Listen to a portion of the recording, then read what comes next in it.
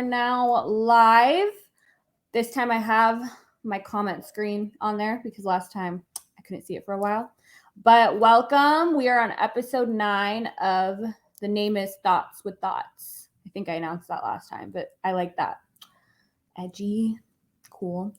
Also, I think Mondays at 6:30 Pacific time is going to be the new time for the, I guess, more substantive episodes of the podcast. Or really, the podcast is going to be like once a week, and then I'm going to have one other day a week where I just get on and either rant or do something else. I think this week, later in the week, and that won't really be at a set time. I'll let you guys know ahead of time, obviously, but it's going to be this week. I want to kind of talk about, hi, David. I want to talk about the stuff that's going on in Iran. Most of you know, I am Iranian. I was born in the United States, but my parents are immigrants from Iran. And with all of the stuff going on over the woman that was killed for not wearing her hijab properly, I want to kind of discuss my thoughts on that, being an Iranian adult content creator living in a free country. I feel like that's something that I want to talk about. But today we are talking about fear and confronting fear and the way fear plays a role in all of our lives. And hi, glad some of you guys are in here. And I know some of you guys are in here because last time I didn't know. So great to have you guys here. So yeah, Mondays at 6:30, unless I have like something else I have to do or my moderator has something else that he has to do, then we might switch the day, which I'll let you know. But in general, Monday, 6:30 p.m., I think is a good time. Before I was doing it at 11 a.m., a lot of people were at work. So I think this will be a little bit more of an accessible time slot. Also, all of the episodes up till now are uploaded onto my YouTube. I have my YouTube linked on all my socials. If you, for some reason, you can't find it, send me a DM on Instagram and I will send it to you, although it's in the Instagram link. So yes, all of them will be there because I know Twitch deletes them after 2 weeks. So I haven't been on for 2 weeks because I was traveling. So there's nothing else on Twitch right now except this stream. So yeah, they're all on YouTube. I also will be starting a separate YouTube channel very soon that's going to have more content that's like direct, and because this is very like discussion based, which I love. So I want to keep doing both platforms or both types of content. So fear is a very primitive part of our lives, right? We evolved the way we evolved because of fear. We are here because our ancestors were fearful, which made them more likely to survive. When they were confronted with danger or anything that was a threat to them, fear is what allowed them to elicit that fight or flight. And now they have fight or flight or freeze. I think there's one more that they've added recently, but I don't remember what it is. But the main ones, fight, flight, freeze, elicit that response, and then we'd run away from the danger. And we see this manifest in us in ways like when we see a spider. I don't know about you guys. When I see a spider, I'm like, right? It's like automatic. I didn't think about it. I'm just freaked the fuck out. Sorry, I just want to quickly look at the comments. So again, yeah, fear is part of our evolution. It's part of our primitive brain. However, these days, right, we're not faced with a lot of that life or death type of danger, right?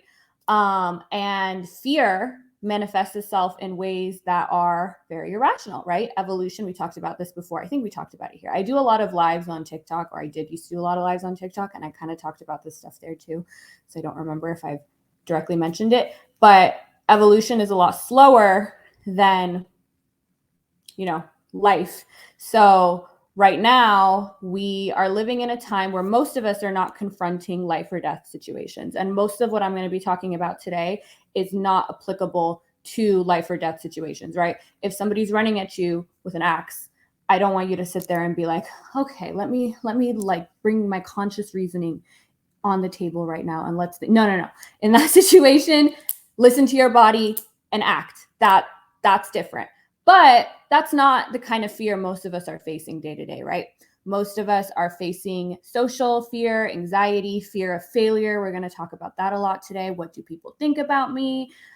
Should I get on stage and share my poem or do my comedy skit? What if people don't like me? I shouldn't do it. Should I join this rock climbing class? No, what if I'm not good enough? These are the fears that most of us are confronting every single day that are more irrational. Now, they're not entirely irrational, right? Like I think we talked about this before. The fear of not being liked made sense back in the day because you didn't want to get kicked out of your tribe.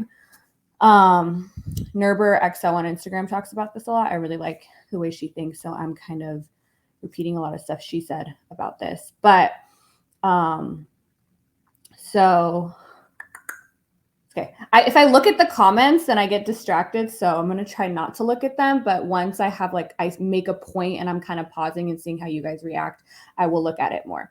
But fear is also something that we react to, right? And especially nowadays that there isn't a lot of actual life-threatening things. We still, like if you look at the news, if you look at politics really plays on people's fears. In fact, something interesting that I saw recently was, I didn't know this, but you can actually, with conservatives and liberals, they have different brain scans. And they found that conservatives have a larger amygdala, which is responsible. It's like the fear center of your brain. And a lot of times, and this study has been replicated, or these findings have been replicated in multiple studies where they found that conservatives have a larger amygdala, so they respond better to fear, whereas liberals have more of a, what was it called? The interior, I think I screenshot it. So that was interesting. I don't remember. Yeah, the anterior cingulate cortex, which is it's the part of your brain responsible for bringing in new information and change. So that's why a lot of times you see like conservatives are kind of scared of change, or they kind of reject change, and liberals are geared more towards it because the amygdala is responsible for fear and anxiety. And a lot of times that's what's like, oh, I don't want things to change. I want things to be with how they are, tradition, all that holds true. I think your theory holds true in most first world countries, and other areas not so much. Good point. Very good point. I think, I guess I am talking about it from a first world perspective. There are many parts of the world that they are struggling to eat, to survive, to live, and the parts of their brain that are sitting there like, oh, what if people don't like me? Maybe I shouldn't pursue my dreams. Those are not what they're confronted with day to day. So that's very true. But a lot of the world, that is kind of what is driving us. And it's kind of like when we're sitting around without those real survival needs in front of us, right? Most of us have shelter, we have food. So now we're like, what is our purpose, right? And we get this fear pumping into us, right? Oh, the world is ending. This is bad. And it's funny because this is the best the world has ever been. But every generation always is like, it's the end. The world is going to shit, right? If you actually look at history and how people used to live and what things used to be like, you're like, oh, no, like if things were going to go to shit, they would have gone to shit then, not now, But that's how we think. So, yep, that's the introduction to fear. So when fear kicks in and that feeling kicks in of, oh, I don't want to send out this email, I'm scared. It does also elicit like a fight, flight, and freeze thing in us, just maybe to a lesser extent than if there's like a lion running toward us, right? But flight, we kind of avoid it. Freeze is a common one. It's like the one I'm just going to sit here and I'm going to go through Instagram. I'm just going to sit here and I'm going to go through, for those who like sources, a reference for her note. Yep, that is the study that I was talking about for Jared Man 92. If you want to put that up on the screen. Yeah. If you guys are interested more on that, what I was talking about. But yeah, it elicits this fight or flight or freeze response in us. And freeze is like procrastination, basically. Okay, I'm going to sit down. I'm going to just watch a TV show. I'm not going to address it. Not going to do anything, right? And then there's fight, which is you address the fear and you just push yourself to do it.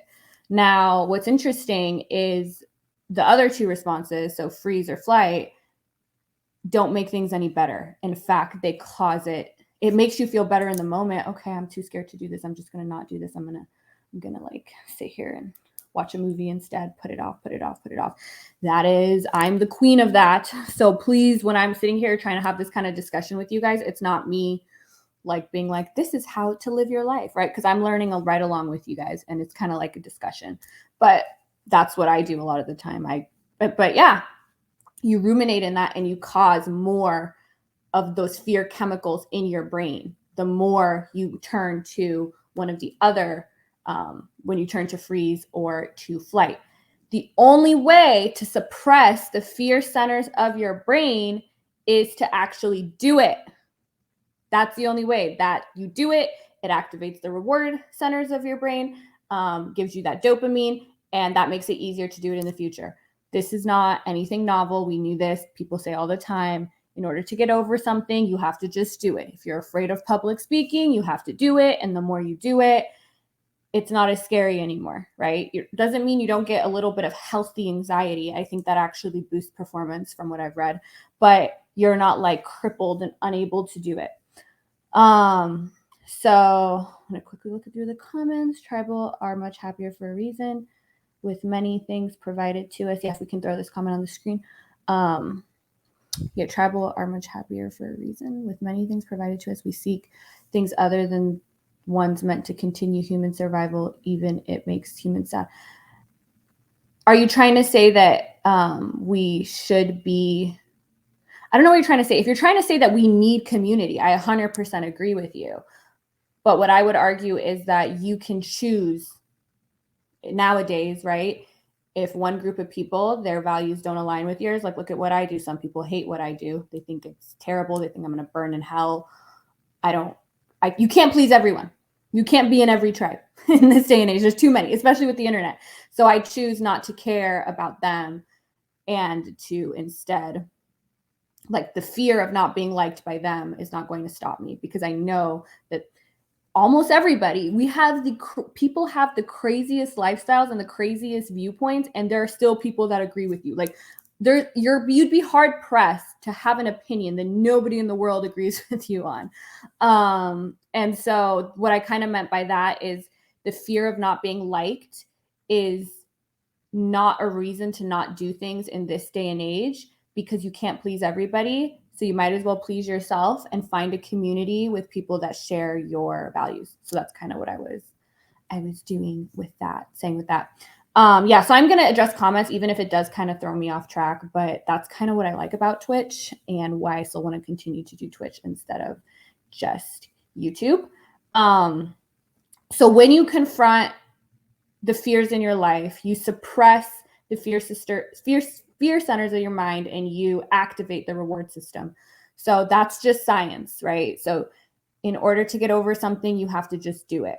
You have to take action. The agitation and stress in your life, it's there so that it elicits that response. It elicits fight, flight, freeze, and then you have to choose what you're going to do with it. And the only answer for you that is actually beneficial to you is to fight, because the other two are just going to keep you in that fear. It's not going to help you. It's just going to hurt you, right? And fight is also the most uncomfortable choice, but you have to know that the discomfort is actually going to lead to comfort. You just have to get up and you have to move. When I was reading this earlier today, I was like, I mean, I've heard all this before, but I just remember, like, I don't know if anyone has gone to one of those like outdoor obstacle courses, like, you know what I mean? Those things where like you're like walking on rope and you're like up in the sky. I did that once, and I remember I was like terrified, and I was like, but I was just going, and people are like, and other people would freeze and they would just stop and they wouldn't move, and that's how people were like, how do you just do it? I'm like, well, I won't just stand up there miserable. I'm either going to fall or I'm going to make it to the other side. But standing here just in agony is not an option for me. So I'm going to go. Worst case scenario, I fall. I have a harness, even though I don't perceive myself to have a harness when I'm thinking I'm going to fall off and die. But I'm not going to stand here like just right? You can't, once you freeze, then you're more scared, then you're more whatever, and then it's even harder to do it. So just go. Yeah. Thank you, Elgrim the Elder. That's a cool name, for providing the YouTube link. Yeah, it's also on my Instagram and all my socials. If the moderator wants to throw up my Instagram handle really quickly so that you guys know where to follow me. Perfect. There we go.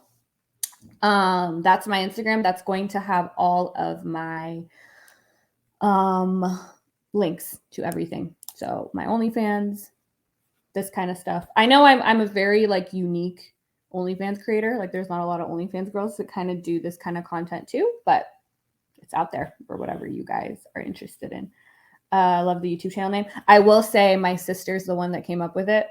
I had said on TikTok live that if anyone comes up with a name, because Lana had left. So it used to be Shit Persian Girls Don't Say, but Lana's not doing the podcast with me anymore. So I was like, if anyone can think of a name that I'm actually going to use, I will give them a year free to my OnlyFans. And a couple people had really good names that I liked, but then my sister was just like, I asked her in 2 seconds, she was like, Thots with Thots.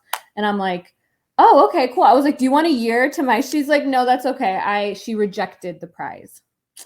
I did end up giving the other people, the two that were like really my runner-ups, I guess, 3 months, but so don't worry, they still got something. So I think, okay, so isn't some fear good? It's specifically your body's way of keeping you safe. Yeah, so I don't know if you just joined, but I mentioned in the beginning that if it's that, like, right? If it's fear, like, okay, something's coming at me, I'm about to get in a car accident, these kind of things, that's not the time that you want to check your primitive brain with your conscious reasoning. You want to act. But if you're afraid to try something new, if you're afraid to start a business, if you're afraid of if you're worried about what other people think of you, that's kind of what I'm talking about. I'm not talking about those situations where it's meant to keep you safe. I never said fear is the bad thing, because it's there for a reason. It's the reason you are here is because your ancestors had were far more likely to survive if they had a strong sense of fear in order to keep them safe. My argument is that in these days, we're not really, the majority of the time we feel fear and anxiety is over things that are irrational rather than rational, right? I'm not telling you that when you want to go jump off a building and your body's like, oh, I'm scared, that like you should be like, no, like, that's not what I'm saying. To be honest, out of all if we could put up that comment, to be honest, out of all totalitarian modern day nation states, the amount of fear tactics Iran utilized in comparison to other countries is minuscule. Okay. Yeah, I'm actually going to do a stream about Iran later, so this one isn't really on topic, but I think every country, every political party, everybody, they play on fear, right? Because we respond to it. Like I said, it's why we survived. So it's up to you with this fear mongering is to look at the information that you have. Again, if you're in a life or death situation, that's not the time. But if somebody's telling you online, the world is going to end, this is going to be the end of civilization if all the gays are set free, be like, okay, think about that, right? That's something conservatives say a lot. And that's interesting with the study that I talked about earlier about that they have, they're opposed to change a lot of the time because of that. They have a larger amygdala. That's not obviously mean that that's the case every single time, or I'm like, there's a lot of other factors that play in it, but it is actually something that they found to be pretty accurate, which was interesting to me. Have you spoken about short-term gratification versus hard to get long-term gratification? I haven't talked about that yet. And I don't know if it's on topic for today, but I have so many podcast topics, you guys, I want to talk about that we will have stuff to discuss for the rest of the year. And also, if you guys have any topics that you guys want me to address, or you have any ideas, please send them to that email, or you can send me a DM on any of my socials. If you guys want to know priority, Snap, OnlyFans, these are the messages I see, like usually within a couple hours, unless I'm out or like at a concert or something else.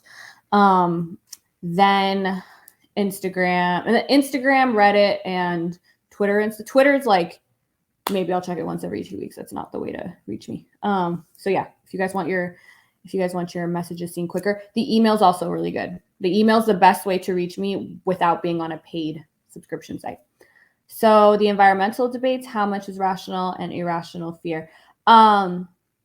Look at the data. That's what I mean. So just look at the data, right? Don't let fear drive your behavior.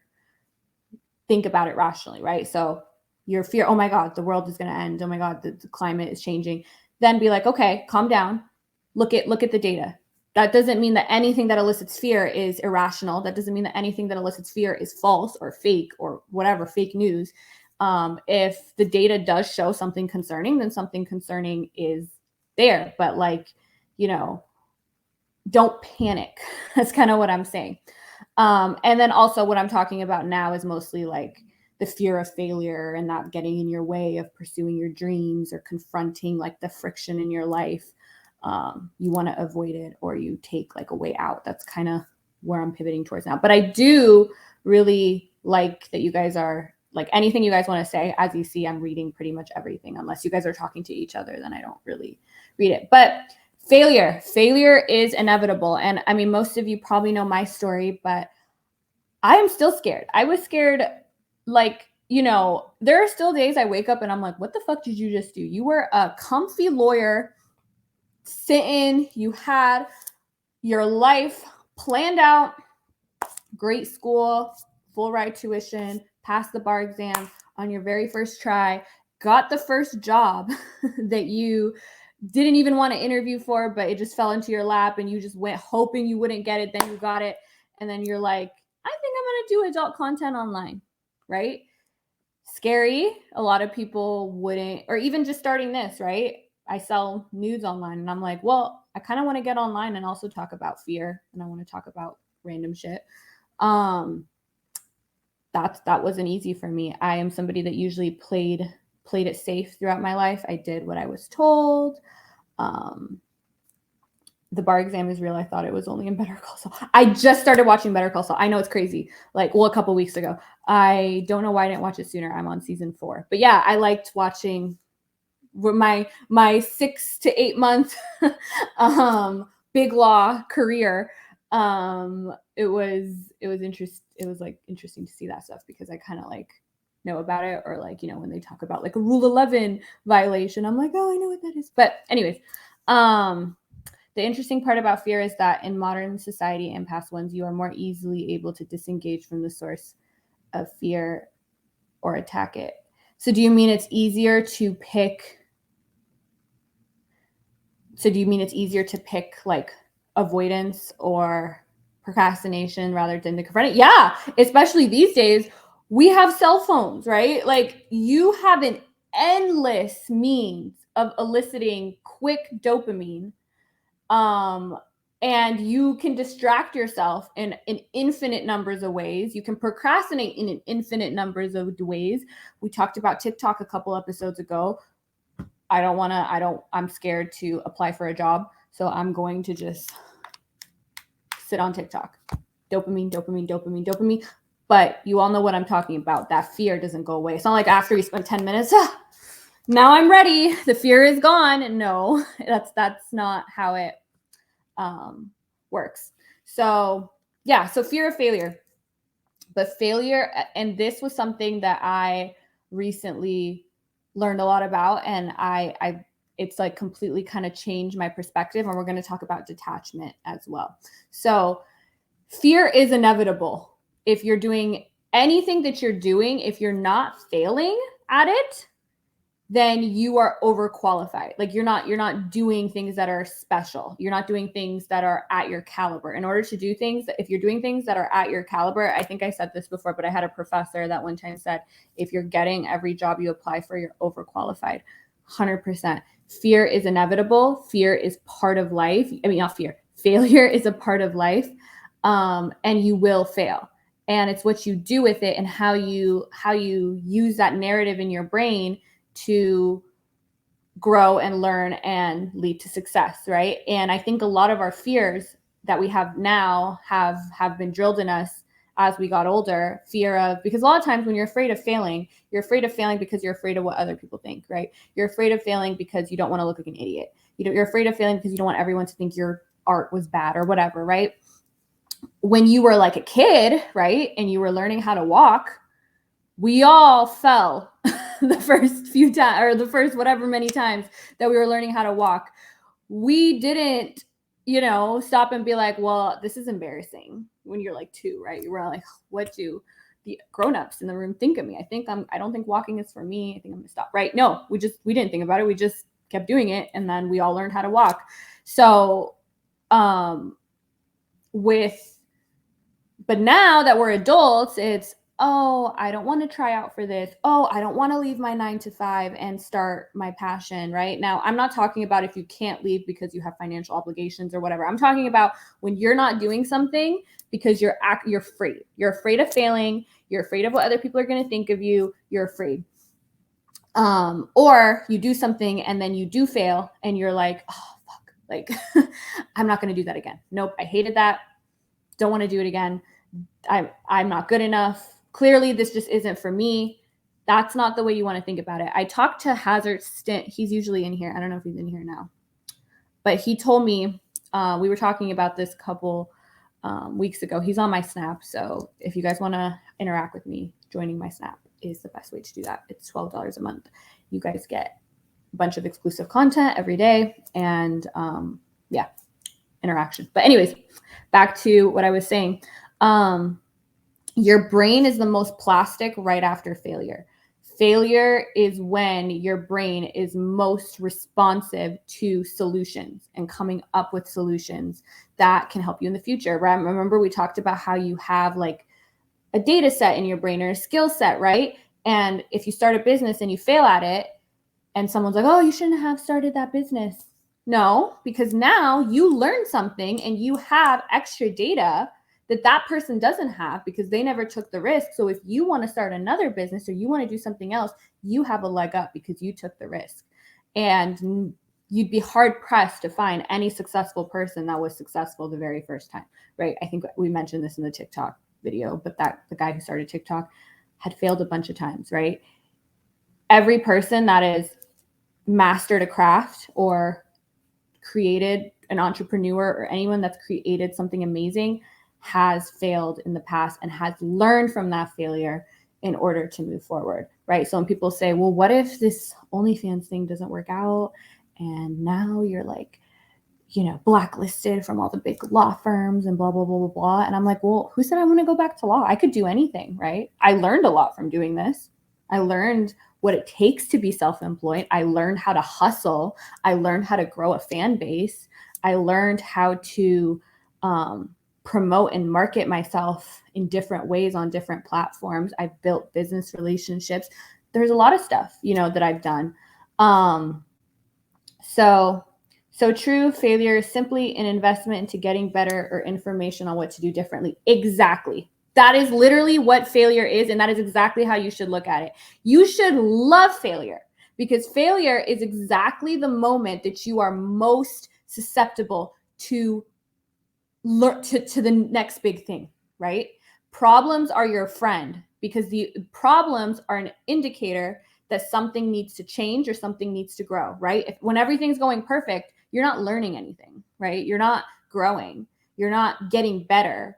You're not changing for the better. It's only when problems arise, right? It's only when things go wrong. It's only when something's lacking, an area of your life, there's something lacking that you stop and think, oh, okay, here's a problem. So you're never going to be able to avoid it anyway. So just welcome it. Welcome your problems. See it as, and again, Nerberexo is a really good person to listen to for all this. I feel like a lot of what I said, I've heard her say. She does it in a very like scientific way too, not any like woo-woo type of stuff. But when you have the problems or you fail, almost get excited. I know it's hard, right? It's gonna happen anyway. So, but and the feelings that are associated with it are gonna happen. So you're gonna be disappointed.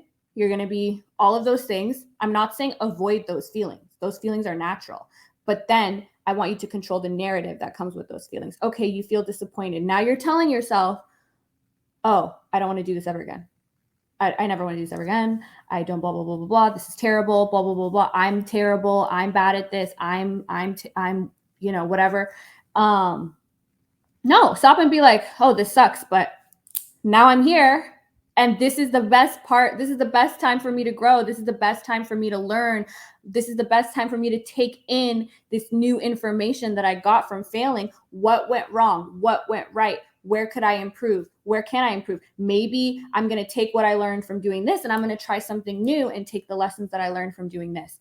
So always look at failure as an opportunity. They say you can't shut the door to pain without also shutting the door to joy, right? It's the same door. So if you try to shut off all pain, you will also be shutting off all joy. The best thing you can do is have the right mental tools and skills to kind of guard, like put a soldier in front that's going to kind of block the pain as much as possible, but you can't avoid it. You can't avoid it. All you can do is use it in the best way possible in order to get more joy and to get more successful, right? And by choosing choose the discomfort, right? Don't choose flight, don't choose freeze. I usually choose freeze. And I once heard, and she said this too, that but I don't know who originally said it. Procrastination is not about management of time. It's about management of feelings.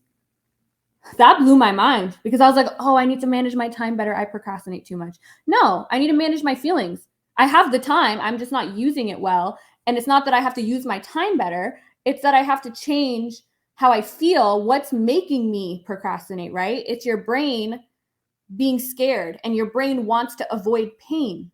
That's what your brain wants to do. Oh, that's scary. That you could be embarrassed. You could be rejected. You could be, etc. So let's not do it. Let's just sit on Instagram instead, right? Fear of failure equals hazard state. You're in here. Finally, fear of failure equals fear of the inevitable. Growth is inevitable. Fear can stunt personal development. That's supposed to happen anyway. Yep. And I can't even possibly begin to imagine the amount of people and the amount of great ideas and innovation and entrepreneurship that has been stifled in all of our history over people not doing what they wanted to do because of fear, right? I said this on another podcast. I saw somebody else say this. Don't remember who it was, but if you drive by like a graveyard and you look around, you have no idea how many $1 million ideas are buried with those people because they didn't look at fear or they didn't look at failure in the right way. They let their primitive brain take over and tell them that they're not good enough or that other people aren't going to like them or that, all of the things that we constantly tell ourselves, right? I also heard somebody else talk about it. It was some scientist or social scientist that was saying that like kind of you can separate things that you can control with things you can't control. He said like, I think he was somebody that, actually, I don't think he was a scientist. I think he was an author. I'm trying to remember. Sorry, I don't remember who it was, but he said that he just separates, okay, I can't control these thoughts in my head right now. Right. And, there are ways that you can train yourself or use your mind to kind of be able to better throw out or not focus on negative thoughts. But like what he was saying is that when they're there. But what can I control? I can keep writing, right? Fine. The thoughts are going to come anyway. I can keep writing. I can keep doing this. Whatever you can keep doing to move forward, right? Take action. Sit down, write a plan. What are the steps I'm going to take? Sometimes it's good to actually move your body, right? That's called diffuse thinking, which you can't do that when you're very still. So that's why a lot of creative types or scientists, mathematicians even, they get up and they go for a walk and you get that diffuse thinking. So it's just take action, right? That's what you need to do. And the more you do it, the easier it becomes because you've trained your brain out, because now the fear, right? People that at first they were terrified. Like guys who ask girls out all the time and get rejected. The first, like, yeah, it doesn't feel good, right? But okay, what's the worst that can happen? She said no, right? You're going to live, right? And then once you do it, you're like, oh, that's not that bad. Is it amazing? No, but it's not that bad. And then you do it again and you do it again and you do it again. And the more you do it, the more your fear centers are repressed, your rewards, right? Because you're proud of yourself. Oh, I'm so scared, but I jumped off the whatever, or I skydived or whatever. And then you get the dopamine rush. That's why people do stuff like that. In fact, we're kind of addicted to it in a way. Not like addicted to it, but why do we go on? But we watch scary movies. We do all this because it's like fear. And then it's like suppressed when we're off the roller coaster. It's kind of like, right? You can do that in your life too, right? And if you hate roller coasters, I understand, because that is really eliciting, like, you know, the, right? The way that our brain eyes widen, like that is like fear right there, right? But when you're just like sitting there and you have the social fear, social anxiety, it's a little bit different, but kind of the same concept. Just, it's going to be a ride, and then you're going to get off the ride and you're going to be like, okay, that was that. Okay, let me go up a little bit on these comments in case I missed anything. Entrepreneurship tend to help people think differently. It requires you to start looking for opportunities, hence the hustle. Yes. And this whole like manifestation thing, it's not because the earth's fairies are like working for you. No. What it means is it's the frequency illusion, right? If you never thought about yellow cars, or you never thought about green cars or whatever, and then once you start looking for them, you're like, oh my God, there's so many out there. It's kind of like the same thing with this manifestation thing. So what it really is happening is you're focusing on something. So you're seeing those opportunities, you're letting them come to you. You're not afraid of them. You're not closing the door to them, and you're working on it and you're focusing on it and you're hustling. And that's what it is. It's not that, oh my God, you know, the energy and the crystals, like it's, I mean, there's no evidence for that at all. So that's kind of what but there is evidence for the frequency illusion and all the other kind of stuff I'm talking about. I started a business using some of my education funds. That's amazing, David. I hope it's very successful. And if it's not successful, that could be even better. You don't learn when things are very successful. You learn when things aren't successful. So either way, it's a win-win. Let's see what else. Somebody quoted, this is a quote, you either experience the pain of discipline or the pain of regret. The choice is yours. It's a good quote. That procrastination is about managing feeling such an awesome insight. I never thought about it. I didn't either. I didn't make that up. Somebody else said that, but I thought I would share it with you because it was really insightful to me as well. I was like, wow, I didn't think about it that way either. I was like, oh, I'm just bad at managing time. I'm just wasting time. But when you think about why you're wasting time, it's because of your feelings and the narratives you're telling yourself. Oh, I don't want to go do the dishes. Doing the dishes is painful. It's not going to be fun. Let me sit here. Or it could be something far more, you know, like, why am I not starting or working on my passion? Why am I not leaving my job? Why am I not telling my parents I don't want to go to medical school? Why am I not asking that person out? I'm just going to sit here. I'm going to ask her out, but I'm going to sit here and I'm going to just procrastinate. And you're just building that anxiety while you're doing it. That happens to me. Oh my God, that's happened to me so many. Oh, I don't want to write this paper. I'm going to sit here in absolute misery until the last minute, just making everything harder on myself. I struggle a lot with procrastination. On that note, I'll be listening, but getting back to writing my chapters for today. All right, Jazmen, and this stream will be saved. So if you guys have something better to do, go do it. True serial procrastinators usually value immediate dopamine over long-term pleasure, much like addicts to different vices. Neurologists have now realized that part of the brain of an addict is similar to, that's really, that I haven't seen that neurologists have said that, but that makes complete sense to me. So I may have, I wouldn't call myself a serial procrastinator. I do get things done, but and I will say this has changed when I did the scary thing. When I did the scary thing, and every time I've done a scary thing, I procrastinate less next time. I do, right? Or I don't let fear stop me as much next time. Okay, I stopped doing traditional law life and I got online and I started selling nudes. That's crazy. That's scary. And I was like, okay. But then when I tried to transition into this, it was less scary. When I started to do a live stream, the first time I did a live stream, I was like, ooh, I was terrified. And now, I mean, I still get a little bit, but like, I'm never like, oh, maybe I shouldn't do it. You know, it doesn't like cripple me. Right. And again, none of this stuff is new. We've heard it a million times, but this is maybe just giving you more insight on why, how our brains work, why we have a tendency to do things X way, and why choosing to confront the tension in your life is the only choice that is going to lead to success. Like you have other options, but the only option that's going to serve you is this one. And so when it's like that, think of it like you don't have an option at all, right? Choose freeze. That's not an option. It is an option, but it's not the option that you actually want. So yeah, the short-term gratification stuff is definitely something that plays into it, right?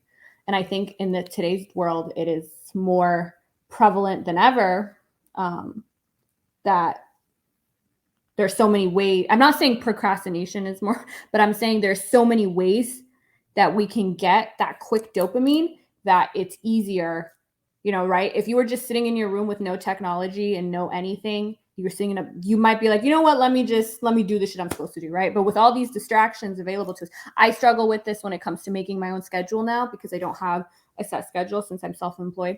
I struggle because if there's something I don't want to do, I just lay in bed. And literally I freeze. I just freeze. I'm like, I don't want to do this. I don't want to do this. I don't want to do this. I'll do it later. I'll do it later. I'll do it later. Doesn't serve me. So it's something I'm definitely working on too. I fear speaking to women, so you aren't going to help my fear. Sad day. It's not up to me to help your fear. You help your fear. So, hey, hi guys, new here. Hi, welcome. So this is a very interactive type of streaming thing I'm doing. So whatever you have to say, whether it's negative or positive, the only stuff I won't tolerate is if it's just like you're just yelling out profanities, right? I think if you guys have watched some of my previous live streams, you know that even if your comment makes no sense, I will try to find an underlying point and try to talk about it. So that's what I want. I want people to put their insight into things, right? So yeah, like control your narratives. When you see like someone on social media, you're like, oh, I'm not that good. They're better than me. They have this, they have that. It's just a narrative. First of all, you're telling themselves they actually have the thing you want, which we know social media isn't always accurate. And then you're also telling yourself that made them happy, right?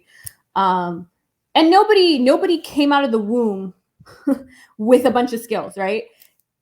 Think of it as like and this is something, I was never like a really jealous person, but I would look at somebody and I'd be like, oh, she has all these followers. I could never do that. Good for her, but I could never do that. And then I started being like, well, no, if she can do it, I can do it. Or if she learned how this skill, if she learned how to market herself, if she learned X, then I can learn X. Think of it when you have jealous, when you look at somebody that has, like, let's say you want to be a comedian and you look at somebody, a very successful comedian, almost like thank them in your head. Thank you for showing me it's possible. Thank you for making it so I don't have to be the first one, right? And everybody, it's so cliche, but you are really the only you that there is, right? There is somebody smarter than you. There's somebody prettier than you. There's somebody that's all those things, but nobody has your exact combination of everything. That's kind of how I always thought about it. Like there's a bunch of people smarter than me. There's a bunch of people prettier than me. There's a bunch of people more athletic than me, but nobody looks like me and is my exact type of pretty and has my exact level of intelligence and has my, like, you're like a recipe that nobody can duplicate. And you're the only one that has it. And maybe other recipes are sweeter, saltier, whatever, but you're the only you. And that makes me sound like I'm on like some motivational TED Talk, which I hate, but you know. So me and Hazard Stint talked about this I don't know how long ago it was actually, but detachment is also a way that you can practice this. So like, for instance, not for instance. So basically detachment means you don't worry. You can't control the outcome. So don't let the outcome control you. Kind of like, so you need to, the goal shouldn't be the outcome. The goal shouldn't be the job. Like if you're going to a job interview, it shouldn't be, I want to get this job, right? The goal has to be the process or the relationship you build with yourself in embarking on whatever type of journey or task you're trying to do, right? You can't control outcomes. All you can do is your best. There could just be a candidate that is far more qualified than you. There's nothing you can do about that, right? You can just do your best, but you could be like, oh, I'm not going into this job interview. I'm not going into this job interview. And again, Nerberexo was the one who said this, but like, I shouldn't go into the job interview trying to get the job. I want to go into the job interview I'm going to go to the job interview and build a connection. I'm going to go to the job interview and I'm going to learn how to practice. It's going to be practice for the things I've been practicing. I'm going to go to the job interview because I'm scared to go to the job interview. I'm going to apply for this competition or this writing or this poem thing. I'm not going to win, but that's not what don't do things to win, right? That's a great outcome, right? And inevitably, the more you do this, the more times you will win because the more opportunities you're going to open yourself to, right? But that's not the goal. The goal is to build that process, build your skill set, build your resilience, build your ability to handle different things in life, right? Life is peaks and valleys, and you're going to train yourself to not be afraid of the ride. You're going to train yourself to appreciate the failures as much as you appreciate the successes, if not more. I used to think like successful people were literally lying when they said that. Like I dead ass was like, oh, we were like, I appreciate the failures more than this. Or I wouldn't be here today, or I wouldn't be the film director that I am if this terrible thing didn't happen. And I'm like, now I'm like, oh, I get it. You wouldn't, because you wouldn't have learned how to persevere under pressure, because you're gonna have to do it again in one way. Like there's never gonna be a point in your life where you're like, oh, okay, thank God all of the problems are gone. They're never going to be gone. And they might be gone for a second, but there's going to be new ones, right? There's always something. My boss at work, the partner at the firm that I used to work at, she used to say, it's always Wednesday. Like there's always something, right? It's always the middle of the week, no weekend, there's always something. That doesn't mean don't enjoy your life. You should enjoy your life. In fact, make space for yourself to enjoy your life, but you're never going to just have everything be smooth sailing. So the best you can do is train that soldier to be able to handle it. Train your mental army, your mind, to be able to best adapt to your circumstances. And that requires building skill set.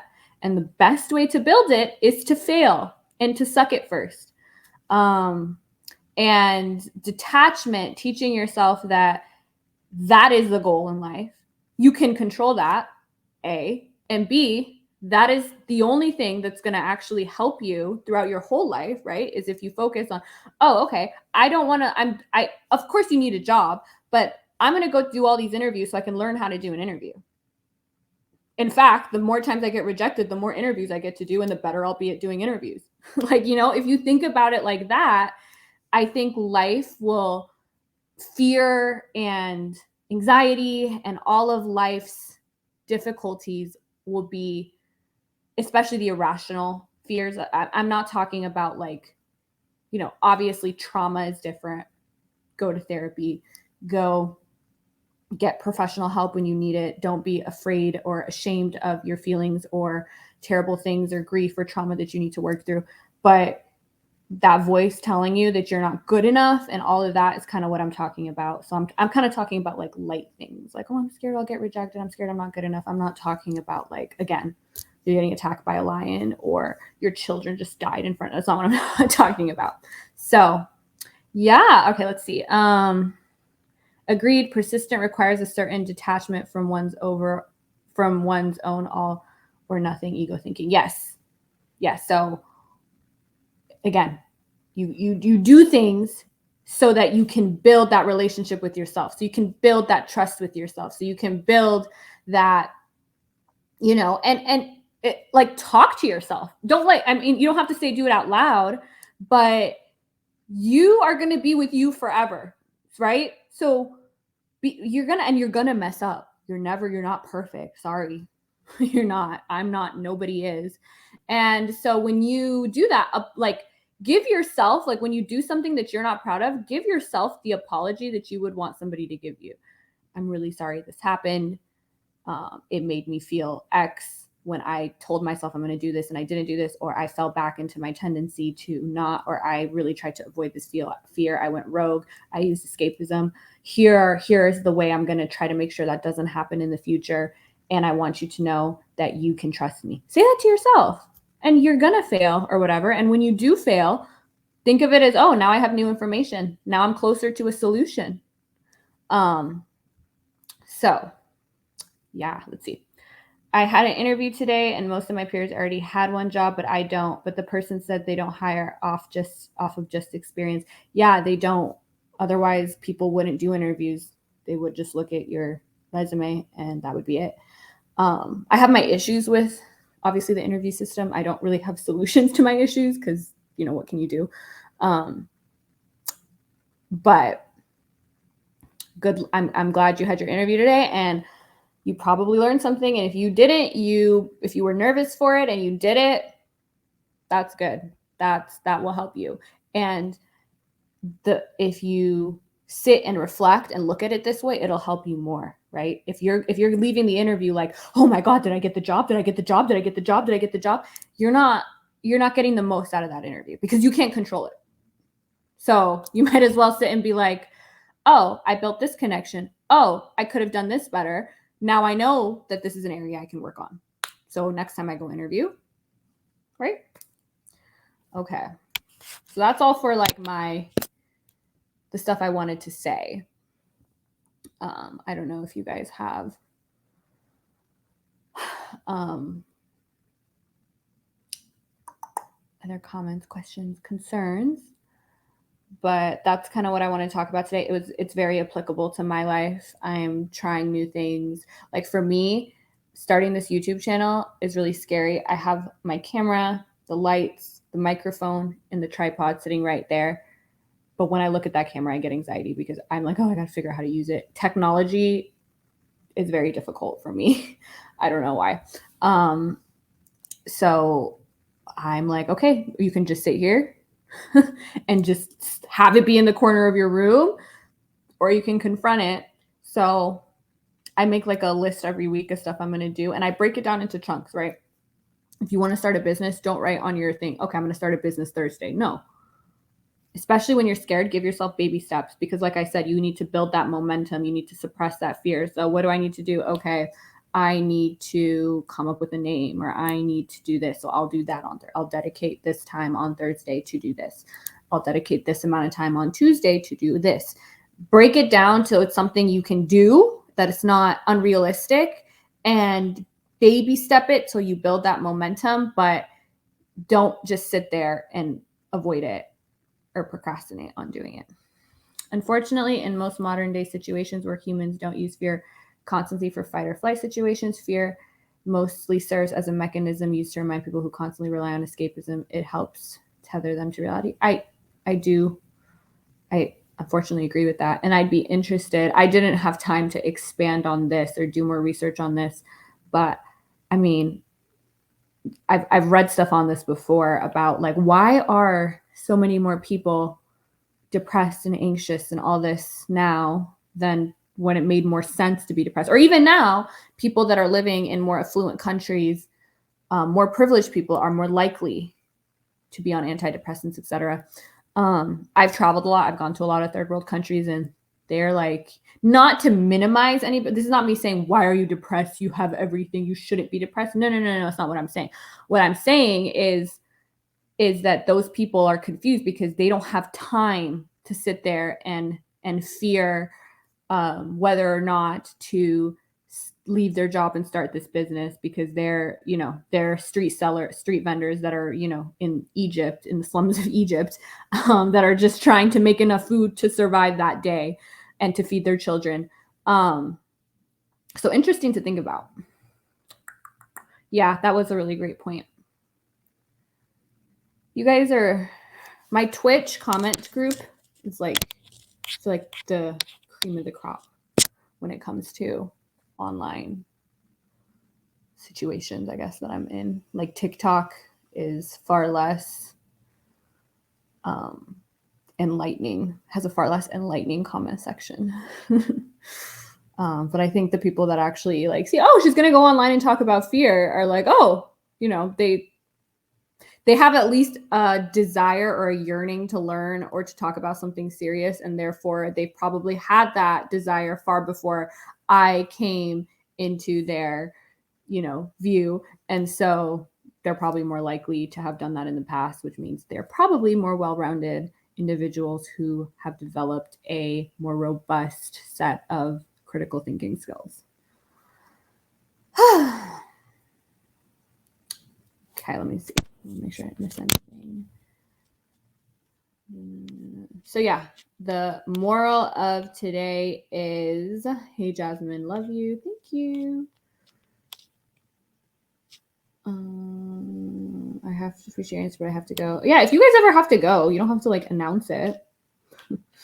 I appreciate you guys, but can you help with that? No, I have a moderator, and I just I'm working with somebody that's going to be helping me edit and like push out YouTube when I start it, which I'm going to start it. Stay tuned. And the YouTube will be far more, there's obviously not going to be a discussion. So I'm going to talk about things that I want to talk about. And then there's going to be like try-ons and stuff. I can't do that live because I'd have to step off camera to change. I will have to do that on YouTube too, but like, it's hard for me to take on and off clothes with my body type. So it's not, I know Lana is like known for her try-ons. They're amazing. So she's actually going to start a YouTube too, and she's going to do them on YouTube. She's also an amazing cook. Can't relate in any way. So she does cooking live streams now. And she's going to be putting up her cooking stuff on YouTube. So if you're attracted to a really hot chick cooking, Lana's going to be the channel for you. There's absolutely no way that I will be able to produce such content. So I'm going to do the kind of stuff that I'm good at somewhat, which is I'm interested in talking about life and the way humans work and personal development and becoming the best versions of ourselves and being a corny ass bitch. So that's the kind of stuff I want to do. And then also the sexy stuff. We'll be doing like a bra try on YouTube, first I got to make sure I don't break any rules so it doesn't get flagged. Obviously, you won't see anything that you can't see on there. On my OnlyFans, however, it's a different story. So, all right. If there isn't any other comments. Oh, okay. Here we go. Very true. I've also wondered why usually in first world countries have higher rates of depression than third world countries. Yeah, they do. That's definitely true. Ultimately, I think it's due to some.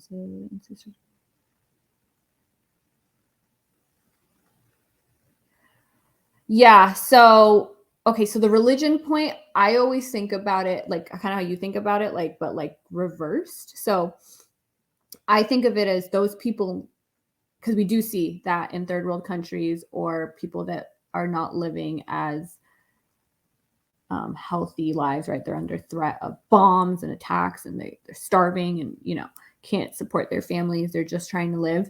They need religion more almost, I think.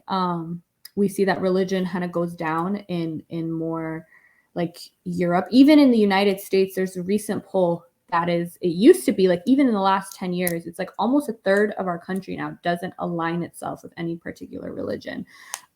Now, I think the downsides to that is, like, I've talked about this before. I'm an atheist. I don't believe in any religion, but I think that religious people do implement a lot of things in their lives that are good, but you don't need religion for them, but religion helps. So like community, right? Serving others, these are things that are good for everybody, but religious people kind of build it into their model. They have a church, they have church events.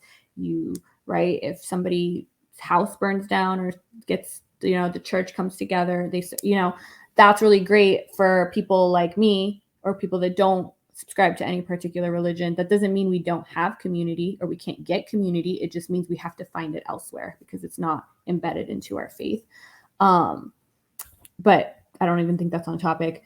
I think that, religion can help you cope with some of this, the fear and anxiety, right? We have a fear of the unknown. I think that's the biggest fear we have, which is responsible for religion. And when you don't have that, you're like, oh shit, right? It's comforting and it may be actually more conducive to happiness. There have been studies that have shown that religious people tend to at least self-report or tend to be happier. But that doesn't make it true. For me, I rather look at things that are true instead of, which isn't necessarily the right answer, right? Instead of looking at things that have no evidence or are based on insufficient evidence to ease my fears. It doesn't work for me. If it works for you, maybe you should try it, but it doesn't work for me. My brain's like, no, sorry, nope.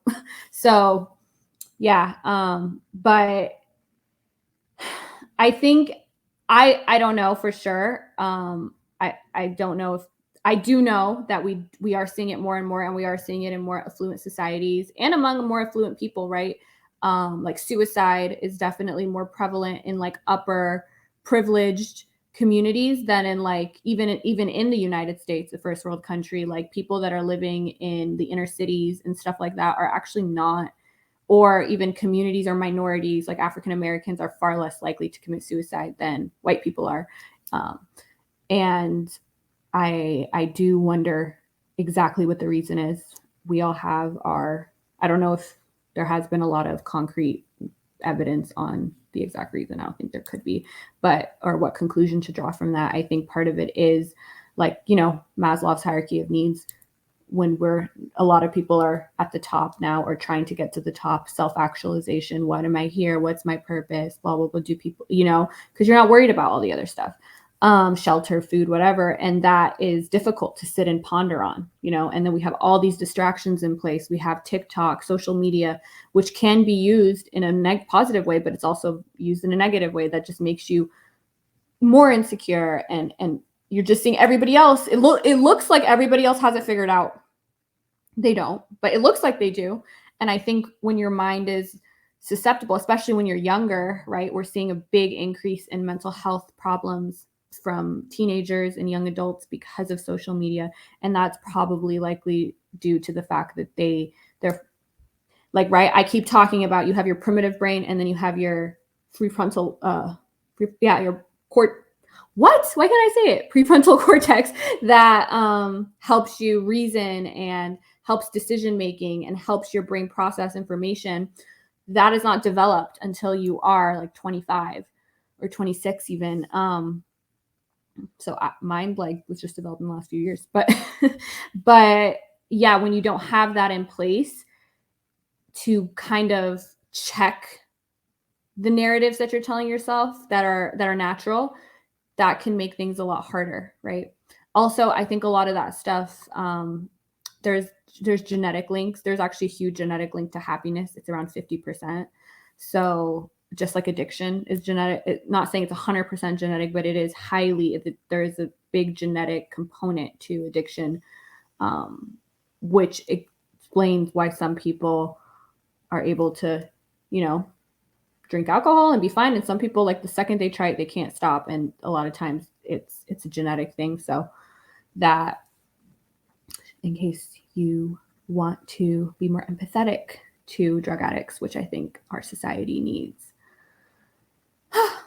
I know Hazard Stint I mentioned the channel Soft White Underbelly before, but he just started watching it based on my recommendation. And we just talked about it like last night.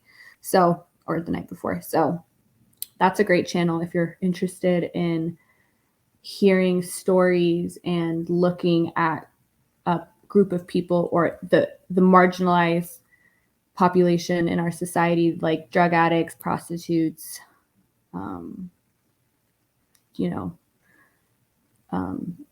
victims of very, very severe trauma and homeless people, etc., and just hearing their stories. Very good stuff. Such a good channel. Yeah, it is a really good channel. There's so much, like he posts almost every day. I can't watch all of it, but I've watched a good amount, and you just see the same patterns in people over and over, and you will now I would not have considered myself somebody that wasn't humble before, but hearing this and looking at my life and looking at everything I was given, genetic and, opportunity and social and environmental, you really have no idea. You have no ability to put yourself in other people's shoes. It's like not possible to like be like, oh, I wouldn't do that if I was them, or I would be this if I was them, or I would. No, you can't be yourself in a completely different version, right? Like you can't, even when you think about like time traveling and stuff, you're putting yourself now and who you are now into a different time with the same values and the same everything that you have now into a different time period. And it's when you really think about it, you can't do that. Like I can't be like, okay, I'm gonna, like, I talked about this with the incel community when people are like, you can't understand because you've never experienced it. It's definitely true.